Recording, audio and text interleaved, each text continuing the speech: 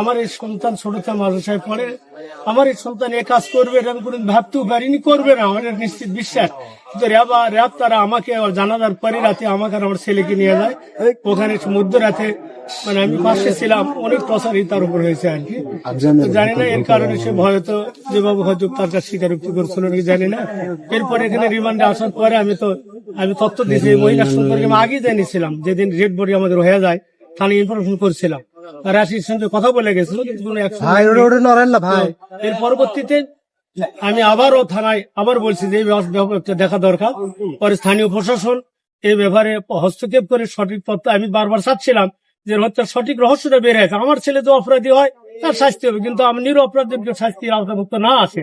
আর এটা না শুধু আমি নয়, আমার এলাকাবাসী, আমার দুঃশ্রেষ্ঠ, আমার আত্মীয় সকলেই মর্মাহত। এই সন্তান আর আমি একটা আলিম মানুষ, এলাকার সুনামধন্য ব্যক্তি, মানে আমার অত্যন্ত